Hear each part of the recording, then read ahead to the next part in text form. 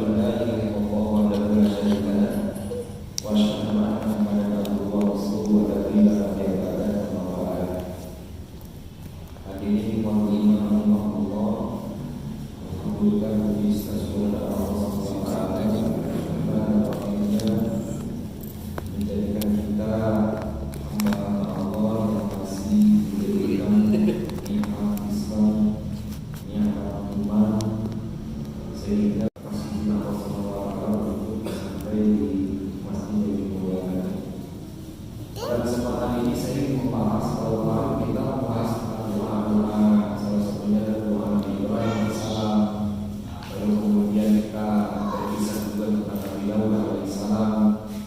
Juga ada doa Nabi Zakaria, kemudian Nabi Ayub, ya. Dan kemudian di antara doa-doa itu ada yang boleh saya katakan bahwa ada satu doa ini bobotnya berat, bobotnya itu berat. Jadi potensi untuk dijawab oleh Allah Subhanahu wa taala itu mungkin wallahu a'lam bisa jadi 1 juta banding 1. Tapi bukan berarti bahwa doa tersebut itu tidak bisa diucapkan oleh hamba-hamba Allah seperti kita. Ini bisa. Bahkan insya Allah ini akan terjadi. Allah Subhanahu wa taala berfirman di dalam surah Shad ayat 35, A'udzu billahi minasyaitonir rajim. Qala rabbi firli wa habli mulkan la yanbaghi li ahadin min ba'di innaka antal wahhab. Dan kemudian ingatlah ketika Nabi Sulaiman alaihissalam dia berdoa kepada Allah Subhanahu wa taala, Rabbi firli, wahai Tuhanku ampuni aku, wa habli, dan berikan kepadaku mulkan, kerajaan la yang bagi, yang tidak akan dibagi-bagi, yang tidak akan dibagikan lagi di ahadin min ba'di, kepada seorang pun setelah aku. Innaka antal wahhab, sesungguhnya engkau maha pemberi. Bayangkan kalimat ini. Jadi kekayaan Nabi Sulaiman alaihissalam meskipun wasilahnya banyak, tapi salah satu wasilah di antara wasilah-wasilah tersebut adalah diijabahi oleh Allah Subhanahu wa taala doa yang ini. Yaitu Nabi Sulaiman alaihissalam meminta kepada Allah agar diberikan kerajaan yang tidak akan diberikan kepada siapapun setelah beliau wafat. Meskipun doa ini muncul, itu ada sebabnya. Apa sebabnya itu? Yaitu ketika kerajaan Nabi Sulaiman dikuasai oleh jin, oleh setan. Jadi ada kisah panjang sebenarnya, tapi kita singkat nih. Kisah ini kita singkat. Nabi Daud alaihissalam itu ayahnya Nabi Sulaiman alaihissalam. Beliau pernah diminta oleh Allah Subhanahu wa taala untuk membangun tempat peribadatan di muka bumi. Maka pada saat itu perintah Allah Subhanahu wa taala tidak langsung diikuti oleh Nabi Daud alaihissalam. Hanya saja keegoisannya, kata Nabi Daud itu, keegoisannya menyebabkan dia justru membuat terlebih dahulu itu adalah tempat peribadahan khusus Nabi Daud. Sebelum didirikannya Baitul Maqdis. Nah, singkat cerita, setelah berapa lama Allah SWT menegur Nabi Daud alaihissalam. Wahai Daud, kemana senang bumi anu itu Baitullah yang akan kau bikin yang aku perintahkan? Aku bohong itu zaman Jawa lupa. Lalu kemudian Nabi Daud alaihissalam meminta ampun karena yang menyebabkan dia tidak cepat mendirikan Baitul Maqdis atau Baitullah itu adalah karena keegoisan dirinya sendiri. Lalu pada saat itu dia berusaha untuk membangun, akan tetapi setiap membangun itu roboh lagi. Tapi tak sedih. Digunakan ya Allah itu roboh. Lalu kemudian Allah SWT beliau menyampaikan salah satu asbab kenapa Baitullah itu, kenapa rumah yang Allah itu dibangun itu tidak jadi-jadi, itu salah satunya sudah terlalu banyak darah yang tertumpah dari pembangunan tersebut. Dan Allah menginginkan bahwa nanti Baitul Allah yang akan dibangun itu harus terbebas dari darah yang mengalir. Lalu pada saat itu karena saking sedihnya atau umatnya, gitulah macam orang ini. Allah SWT berfirman bahwa nanti kamu jangan bersedih kalau karena nanti yang akan membangunkan itu adalah anak Sulaiman. Singkat cerita, Nabi Sulaiman alaihissalam membangun rumah itu, rumah Baitul Maqdis itu, yang sekarang dari Al-Quds. Makanya kenapa disebut Baitul Maqdis, rumah suci? Kenapa? Karena nggak boleh ada tertumpah darah. Ternyata ada syarat. Syaratnya bahwa dibangunnya Baitul Maqdis tersebut itu tidak boleh ada suara antara besi dengan batu. Jadi tidak boleh itu ada tempahan. Atau gimana? Bagaimana caranya?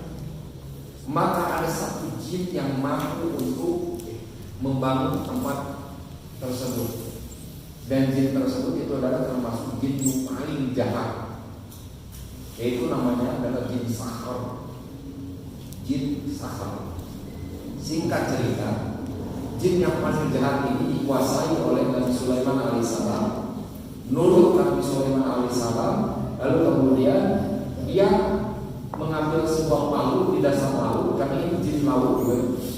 Dasar laut yang dia dibuat dari mutiara, batu. Jadi tidak ada kemanus. Wah, kayak gimana dia kena 30 orang itu palu bola yang membangun itu bisa terbangun.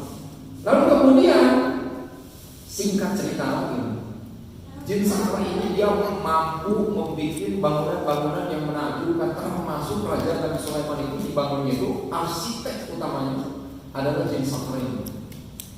Sampai ada satu kisahnya, ada satu riwayat panjang sekali. Bagaimana keajaiban dari kerajaan Nabi Sulaiman alaihissalam ini? Salah satunya adalah dia memiliki singgasana yang bisa berputar gitu. Dan memiliki patung-patung yang bisa bergerak. Padahal patung-patung tersebut itu dibuat dari emas. Ada ketika kalau Nabi Sulaiman alaihissalam ini masuk melewati istana. Di istana ini ada beberapa tiang yang besar, dan setiap tiang ini ada binatang-binatang. Dari binatang ada patung. Satu ada patung singa, kemudian dia ada patung Raja Wali, kemudian dia ada patung gajah. Pokoknya binatang-binatang aja. Termasuk dinding bangunannya itu ada 2 patung malaikat yang sedang menyangga. Jadi kabarnya Masya Allah ini. Jadi seperti apa kerajaan? Lalu kemudian kalau Nabi Sulaiman alaihissalam lewat nih. Ini kalau saya boleh istilahkan, ini kalau kita lihat film Iron Man gitu, dia perlu lewat nih. Ketika lewat dia si pakaiannya itu pakaian baju besi itu nempel gitu. Gitu Nabi Sulaiman ini. Dia jalan lalu kemudian setiap binatang ini dia bergerak. Padahal mereka terbuat dari patung atau emas. Lalu ketika mereka mengaum, mereka mengeluarkan suaranya itu mengeluarkan parfum kasturi. Setiap lewat kemudian mengepakkan keluar bunga-bunga bertebaran. Bayangin ini lewat. Lalu ketika dia melangkah ke singgasana, naik ke singgasana, setiap satu langkah itu muter-muter. Dia bergerak gitu kan. Setiap langkah yang kedua dia bergerak. Sampai ke akhirnya itu terbang. Ada satu ekor burung, tapi bukan burung asli. Burungnya terbuat dari emas. Dia bawa mahkota. Jadi sabari caliknya sampai disimpan mahkota. Kemudian dia duduk menghadap semua kepada kaumnya. Sampai ini para tabiin ini pernah kebingungan, mereka dia asli itu cerita asal juga dongeng. Sampai mereka berkata, itu gimana caranya supaya si singgasana itu bisa muter secara teratur sampai setiap langkah Sulaiman itu bisa terukur seperti itu. Lalu guru para tabiin ini menyampaikan bahwa salah satu yang membuat itu terjadi adalah jin Sakhar. Jin sakar ini dia sembunyi di balik tirai, itu mau alam kira seperti apa, dan dia punya kompol. Dia memperhatikan setiap langkah Islam. Oh dia siapa dulu? Nah ini udah ada. Zaman dulu itu masya Allah. Sampai lihat lah. Ternyata kalau sekarang logika tersebut itu bisa. Kalau dulu itu waduh sekali. Nah sampai akhirnya singkat cerita lagi nih lompat. Jin sakar ini dia yang berkhianat. Dia yang mengambil cincin Nabi Sulaiman, dia yang kemudian menyerupai Nabi Sulaiman, lalu kemudian dia menunggu duduk di singgasana Nabi Sulaiman sehingga Nabi Sulaiman itu diusir. Sampai singkat ceritanya, Jin sakar ini kemudian terusir juga karena membaca kitab Zabur. Jadi ketika dia bakal dibacakan Taurat dan Zabur itu panas, jin itu kapan? Nah jin sakar ini ketika dibacakan kitab itu Taurat itu langsung dia mabur, wujud aslinya keluar. Lalu kemudian cincin Nabi Sulaiman ini dilempar ke laut. Dan kebalikan Nabi Sulaiman itu adalah ketika Nabi Sulaiman menjadi pembantu nelayan, sampai dia jika manusia biasa ya. Kemudian istilah teman-teman dilempar Tuhan gitu. Tahu nggak saya siapa? Saya Sulaiman. Sulaiman mana? Saya Raja Sulaiman kita kolah. Sampai pingsan gitu. Dipukul. Dasar kamu. Jadi Sulaiman masih mau kata di jadi di istana banyak dia jadi takol. Gak percaya dia. Kenapa? Karena nggak pakai baju raja, nggak ada mahkota. Terus tapi dia ngaku saya Sulaiman. Dipukul itu. Lalu kemudian karena dia jadi kuli, diangkat di kuli, gajinya nawan, apa upahnya? Dia diberikan 2 ekor ikan. Nah ternyata ketika dibelah itu keluar dari perut itu cincin balik Allah. Nah ketika dipakai semua jin itu semua binatang langsung sujud, termasuk orang yang mau saya benar nggak tahu. Gak apa-apa, saya mohon maaf, saya benar-benar gak tahu kemampuan adalah raja. Ketika dipakai kan cincin itu semuanya tuh balik kembali lagi kekuasaannya sampai semuanya itu bersujud kepada Nabi Sulaiman alaihissalam. Nah, ketika pada saat itu ditangkap si jin sakar ini, lalu kemudian setelah tertangkap dibikin satu bola yang terbuat dari marmer, dikasih lubang, lalu dimasukkan, ditutup sama timah dan dilemparkan ke dasar laut yang paling dalam dan dia tidak akan keluar sampai hari kiamat. Kemudian kita jadi ide salah satu pemburu hantu kerja suka botol. Jadi walau itu tapi jin sakar itu paling jahat itu. Kalau ini jin sakar ini keluar udah dia itu galak. Yang bisa menguasai cuma Nabi Sulaiman alaihissalam. Makanya ditutup di sebuah marmer, batu marmer, masukin, ditutup, timah, dimasukin dari berdasar laut yang lain dan itu nggak akan keluar segalanya, nggak akan pecah. Itu makanya disingkai lagi kali, langsung ke botol jinawan tinggal jinawan, masya Allah. Nah ini Nabi Sulaiman alaihissalam ketika beliau itu kembali ke istananya kan terempreh gitu, capek. Lalu dia berdoa dengan kalimat ini, Rabbi firli wa habli mulkan la yanbaghi li ahadin min ba'di innaka tawwab. Jadi kata orang Fasirin mentafsirkan ayat ini karena memang lehernya Nabi Sulaiman alaihissalam mengucapkan ketika kerajaannya dikuasai oleh jin. Jadi maksudnya sebagai Fasirin maksudnya mah ini jangan sampai dikuasai oleh makhluk lain. Tapi kata Fasirin yang lain ini malah secara jelas dari kalimatnya ini untuk siapapun termasuk untuk manusia.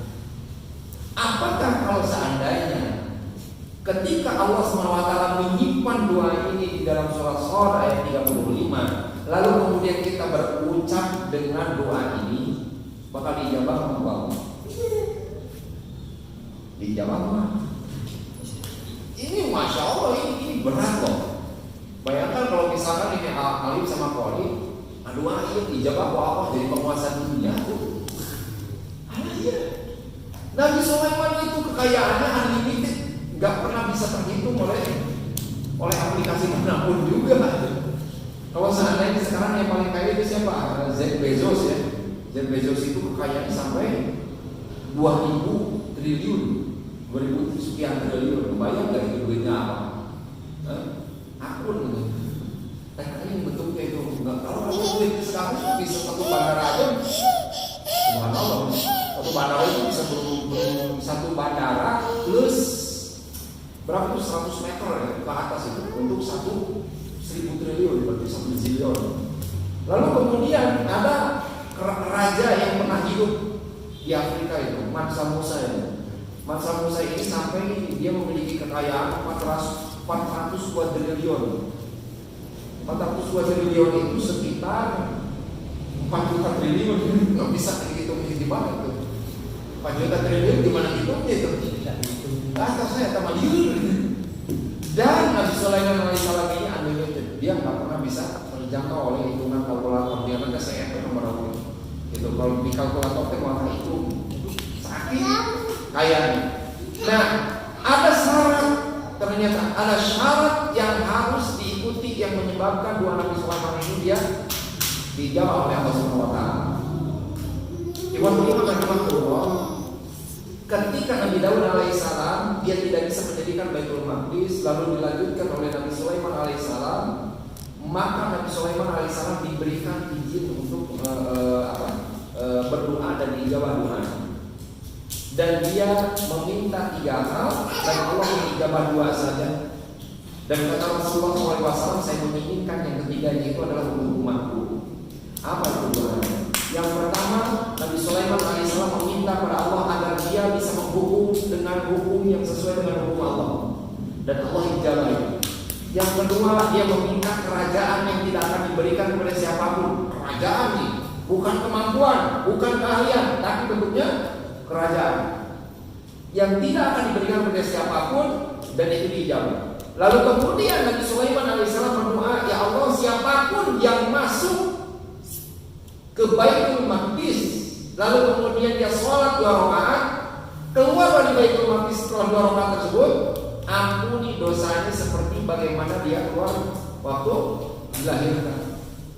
Itu enggak perlu. Dan Rasulullah SAW meminta agar doa yang terakhir itu khusus untuk umat Rasulullah. Mahdi itu salah satu asbab Baitul Maqdis itu akan dibebaskan itu adalah oleh umat Rasulullah SAW. Salah satu yang kena diwujud. Karena siapapun yang sholat 2 rakaat di Baitul Maqdis, itu dia terampuni dosa-dosanya seperti bayi yang baru lahir, bebas. Otomatis selama ini saja siapapun yang diijabah dihapus dosa-dosanya, doanya itu pasti bakal diijabah apapun itu. Dan ada syarat, dan ini yang teramat berat sebenarnya. Apa yang paling berat itu? Salah satu yang menyebabkan Nabi Sulaiman alaihissalam itu dia diijabah doanya ini ada karena sebelumnya dia meminta dulu kepada Allah dengan satu doa. Doanya adalah, ya Allah, jadikan hatiku takut dan cinta hanya kepadamu. Ya Allah, jadikan hatiku takut dan cinta hanya kepada diri. Kata Allah SWT membalas langsung bahwa sesungguhnya belum pernah ada yang berdoa seorang pun seperti engkau. Maka karena kau berdoa seperti itu, lalu aku berikan apapun. Aku berikan apapun, termasuk kerajaan. Nah, kalau seandainya syarat itu kita penuhi, tahiji, ya Allah, jadikan hatiku hanya takut kepadamu. Ya Allah, jadikan hatiku hanya cinta kepadamu. Siap gak? Siap gak? Nah, kalau sadar dia orang gitu nya, makanya. Halo. Ini Masya Allah, ini nanti coba ya Pak, tapi perlu serius, harus jujur nih. Demi Allah ini harus jujur, semuanya harus jujur. Kalau seandainya nanti berdoa kepada Allah, satu doa dulu. Ya Allah, jadikan hati hamba hanya takut kepadamu. Siap tuh? Serius? Aku ujinya itu benar-benar menakutkan, ini bukan main loh. Sampai kita itu merinding bener. Ada yang berani gak? Nggak ada yang ngajak. Berani ke bapak-bapak aja gak? Ngadoa aja nanti. Ya Allah, jadikan hati hamba takut hanya kepadamu. Siap? Eta. Lalu kemudian yang kedua, ya Allah, jadikan hati hamba hanya mencintaimu. Maka perhatikan ketika kita berdoa kepada Allah Subhanahu wa taala, Robbighfirli wahabli mulkan la yanbaghi li ahadin min ba'di innaka antal wahhab. Jadi kalimat secara bebasnya ketika kita berdoa dengan kalimat ini simpelnya, Robbighfirli wahabli mulkan la yanbaghi li ahadin min ba'di innaka antal wahhab. Tentang kerajaan Nabi Sulaiman alaihissalam atos mengambil atos kekasih mau masih ada menguasai jin, menguasai binatang, kendaraannya dari angin, menguasai itu. Tapi selain daripada itu bisa. Misalkan di dia ada ahli ekonomi itu pedagang jelas ini kayak dia pedagang ayah mau izinnya. Seandainya saat ini misalkan ya Ustaz Isal ngadoa ke Allah, Robbighfirli wahabli mulkan di sini itu bukan dalam artian kerajaan seperti Nabi Sulaiman, tapi dia adalah kerajaan secara ekonomi. Pedagangan naon? Kita udah tahu ya. Beliau ini dia pengedar tepuk umi, berdoa si gepuk umi teh malah aya deui gepuk umi lain selain gepuk umi.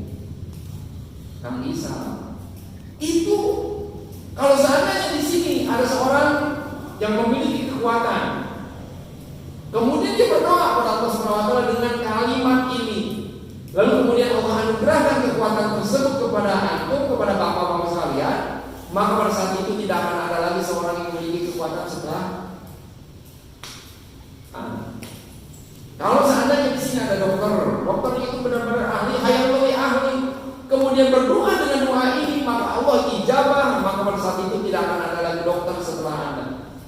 Kalau seandainya hari ini ayah tukang masak misalnya, Hoyong menjadi master chef, dia menjadi tukang masak, dari pemasak, chef selain dirinya, maka Allah ijabah. Dan setelah beliau meninggal, setelah kita meninggal, tidak akan ada lagi seperti dia.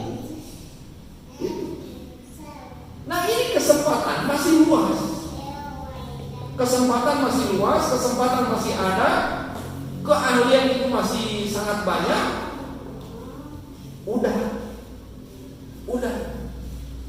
Nah ini ada salah satu contoh dari cinta Nabi Sulaiman alaihissalam kepada Allah Subhanahu wa taala.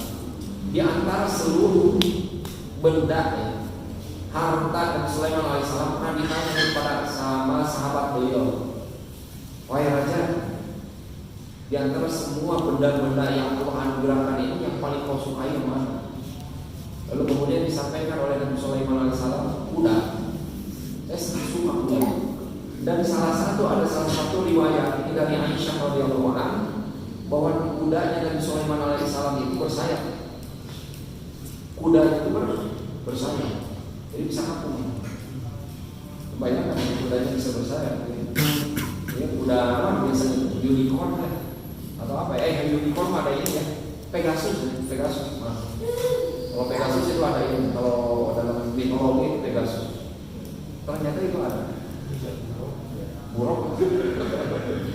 Alam itu buruk juga gimana itu? Masya Allah. Tidak gambar buruk. Itu orang-orang Majusi itu ya, gambar orang-orang Yahudi itu. Sebenarnya itu untuk menghina Nabi Sulaiman, Nabi Rasulullah ya. Rasulullah SAW sampai mengabarkan buruk tentang seorang perempuan.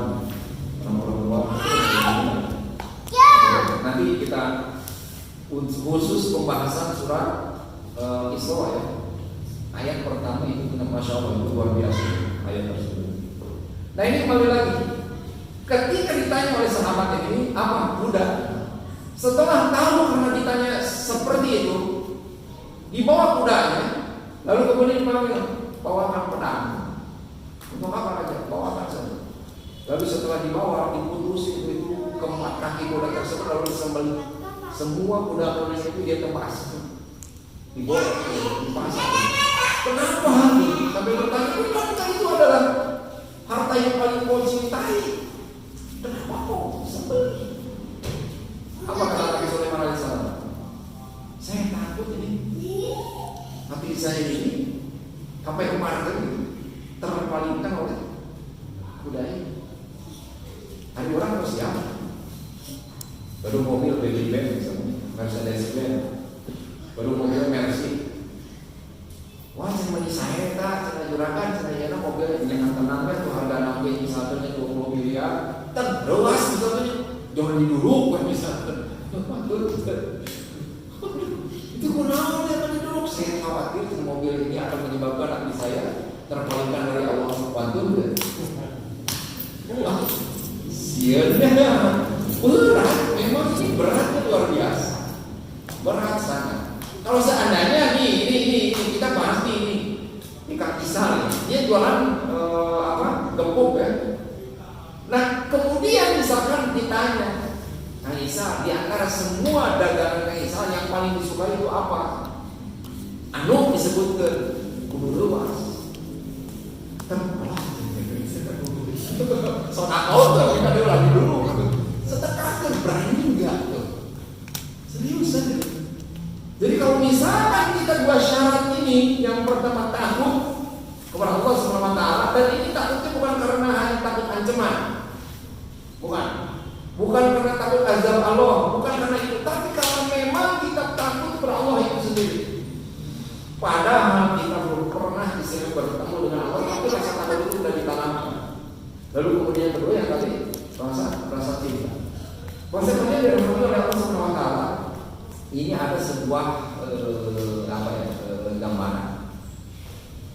Pernah melompat nggak? Familiar ditekalkan kakak Isa sama meter. Kayak meter ya. Berani nggak kalau misalkan dari sini kita melompat 2 meter? Berani nggak? Bari ngawahan gerak dalam pintu ngawahan. Gajah 2 meter mantul ter, mantul. Ini mau ngaror mantul tuandul. Dikiraannya kalau 1 meter.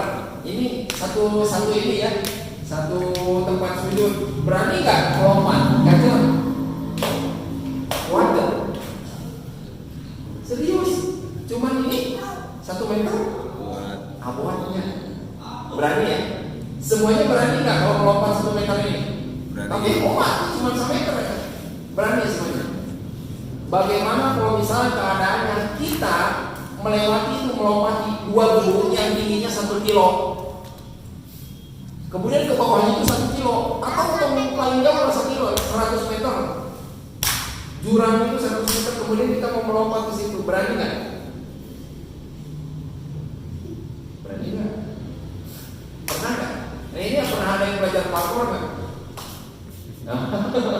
Waduh, ibu budaknya gimana nih? Oh yang dia perang akhir zaman. Kalau nggak sampai ke jurang nih, aduh, mikir 2 kali gimana? Ini kita mau melompat 1 meter, tapi ke bawahnya itu ada jurang 1 meter. Terus di bawahnya itu 100 meter. Di bawahnya misalkan ayah buaya unggul, kemudian kerosok udah. Wassalamualaikum. Berani nggak? Kalau misalkan kita pernah belajar itu running atau parkour, salah satu syarat kita melompat itu tidak boleh ragu. Itu syarat yang paling utama. Makanya ketika di dalam Al-Quran disebutkan kalimat pertama, ayat kedua di dalam surat Al-Baqarah, dzalikal kitabu la raiba. Syaratnya itu dulu.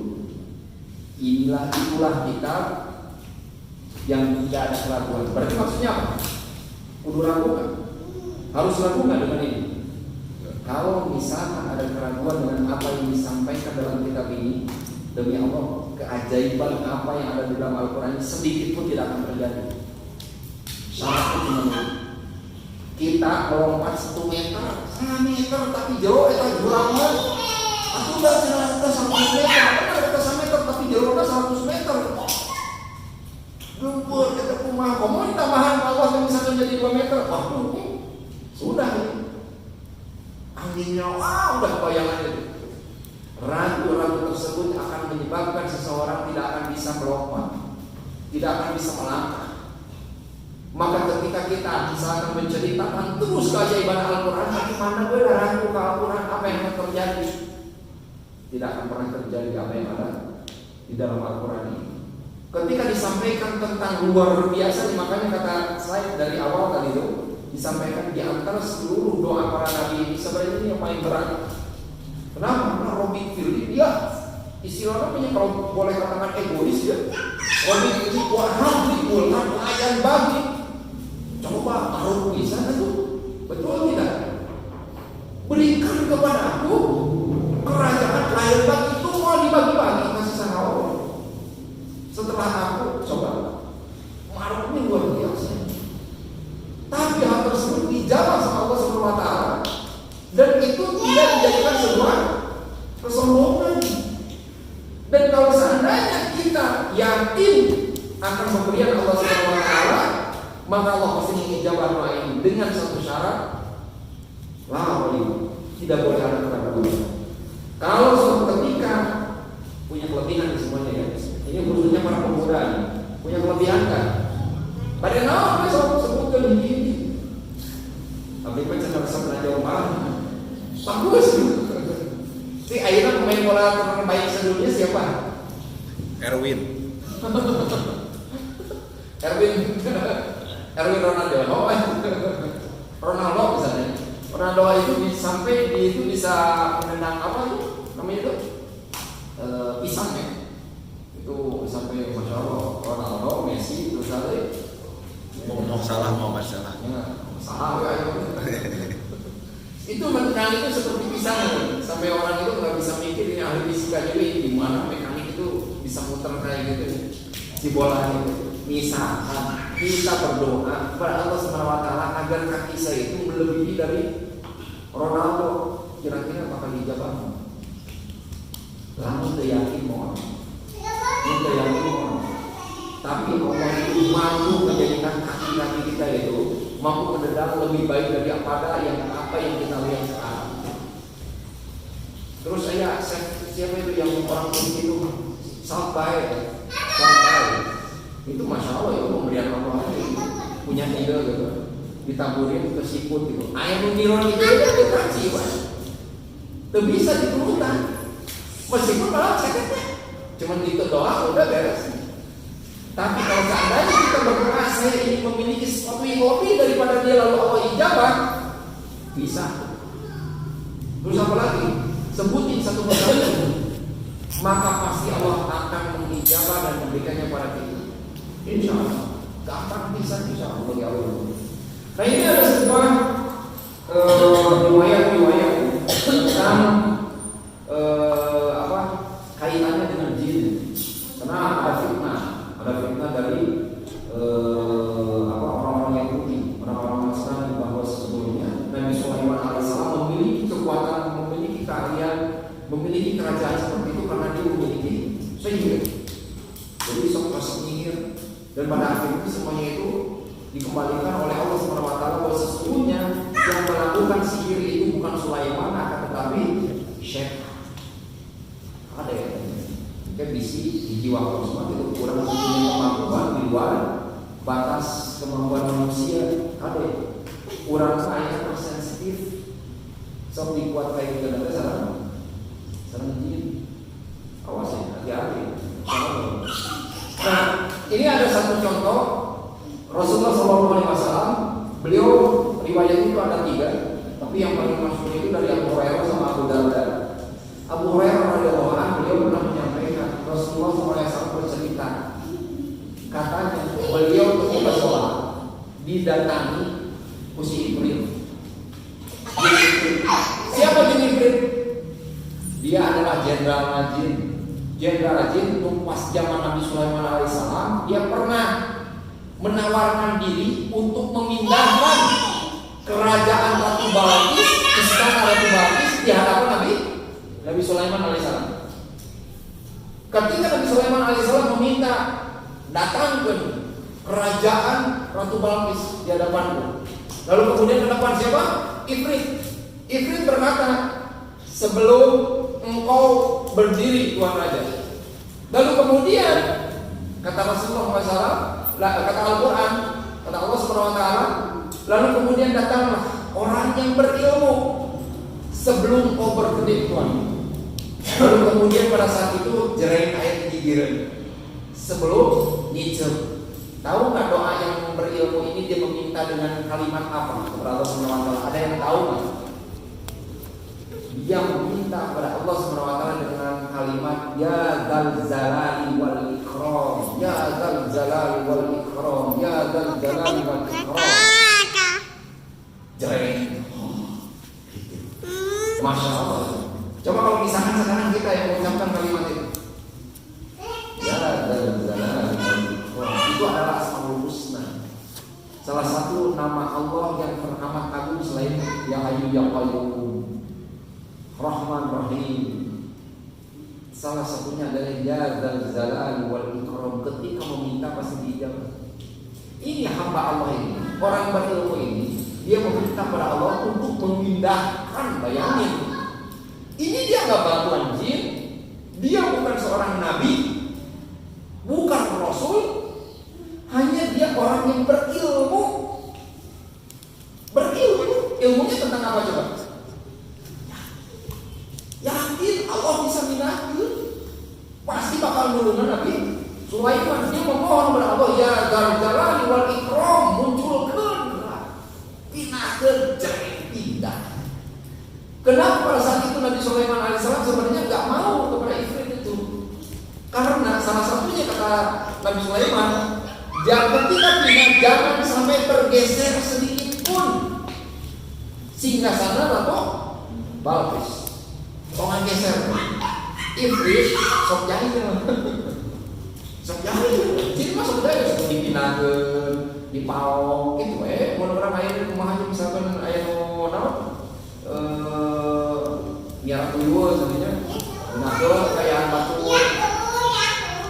Nah ini juga sama, kemudian pada saat itu nggak percaya, makanya datanglah orang yang berilmu dengan kalimat Ya Dzal Jalali wal Ikram. Ini bisa, kalimat ini bisa digunakan bagi kita yang mau berdoa kepada Allah SWT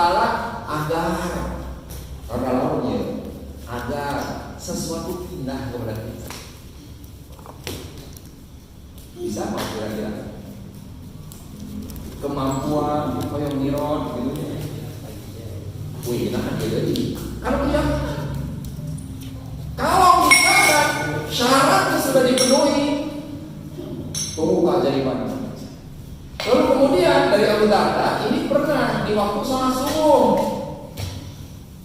Waktu sholat subuh Nabi SAW itu tiba-tiba ada yang mengganggu bacaannya. Sampai Rasulullah SAW itu berdoa, aku kutuk engkau dengan laknat Allah, aku pelindung darimu. Lalu tiba-tiba tangannya kecil. Sahabat kan aneh, itu pengaruh, nanti kita tang jual kio gitu, bari maca itu dari sampai akhirnya bertanya, ya Rasulullah, itu bagaimana tadi apa yang terjadi? Seandainya kalian lihat tadi bagaimana di situ datang, dia membawa bola api dan dia mau mengganggu memutuskan sholat, bayang dari kami hamil. Ini ada si bobo, Iblis datang dia membawa bola api itu dari gablokan kalau Rasul ditembak, nangis cekek, dicekik. Lalu kemudian kata Rasulullah, seandainya dia menjulurkan lidah dan kemudian kena jari tengah dan jari telunjuknya, itu dinginnya seperti dingin es. Ya sama seperti yang tadi Abu Hurairah hampir sama. Lalu pada saat itu kelihatan Nabi itu akan mengikat iblis atau jin-jin ini di tiang masjid, dicancang di tiang masjid sampai kata Rasulullah, seandainya aku tidak ingat dengan doa saudaraku Sulaiman itu Wahabli mulkan yang bagi ahli membagi inakan terwahab waktu bagi lepas. Tapi emot dari itu pas pasti etaji bisa dimainkan oleh anak-anak kota Madinah, kota Makkah. Ini menunjukkan siapapun yang bisa melihat jin asli nanti lucu. Jin asli kan lucu. Kamu kalau kamu kan, kalian jangan lihat aku kok. Jadi jin asli nanti lucu. Kata Rasulullah ini diulang nih.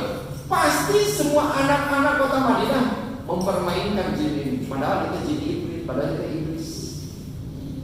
Jadi kita jenderal aja. Kalau umur nama kayak 2000 tahun masih ayah kan diulang kan, dari ayah. Tapi bisa dipermainkan oleh anak-anak kecil. Dia mah ayah, kecil, walau alam kecil.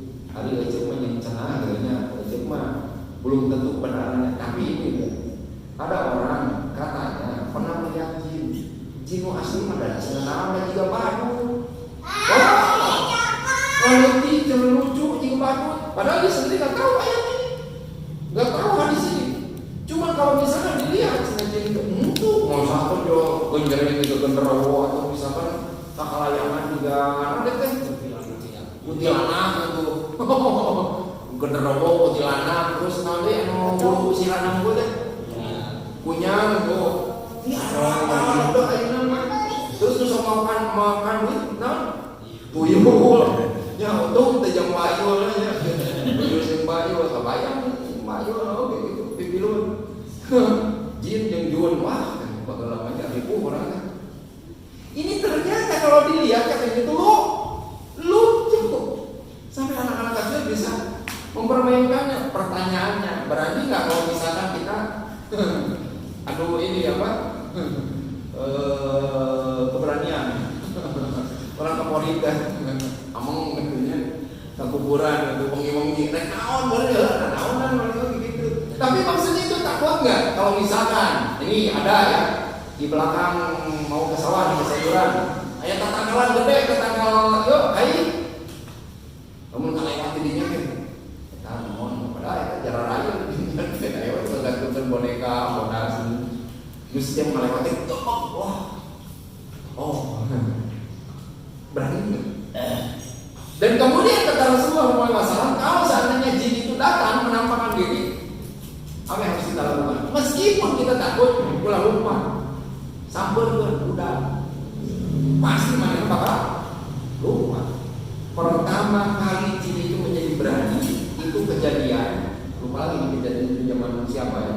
Ketika ada seorang yang lewat di satu lembah, lewat di satu tempat, lalu kemudian orang-orang ini dia melemparkan sesuatu makanan naon dan dia sambil berucap gitu. Wahai penguasa tempat ini, jangan ganggu kami mau lewat. Kami jin marah tuh memang cina ayo usir kami nya. Cina orang dekat, mereka jadi berani. Kata apa namanya? Tanyakan ini, disebut tanyakan kalian dulu kan. Padahal cina mah ya mang emente kata barang pas mobilnya mundur, tapi kan disebut tanyakan ini. Jadi biasa ya. Itu biasa orang yang lewat tuh melempar rokok. Koin. Ya koin. Ayo kan terusuk koin kan. Terusuk. Imani ya. Kartu itu. Gesek. Juga ada. Masya Allah. Itu saya pernah lihat sendiri. Itu pas waktu naik elok, pas kasubah, si sopir nanti juga lawanan juga nyuruh terongkok. Tapi nanti saya kan hari sugantinya angus modal gitu nya. Tenggelam gitu nya alungkeun. Tadi suruh teulah. Tapi dia mau tanya nembe aja kan kayak mau tanya harita. Oh. Sasane kami teu kaganggu. Usaha. Ya. Udah lama diusir jika zaman Umar bin Khattab ketika menguasai kota Mesir ya.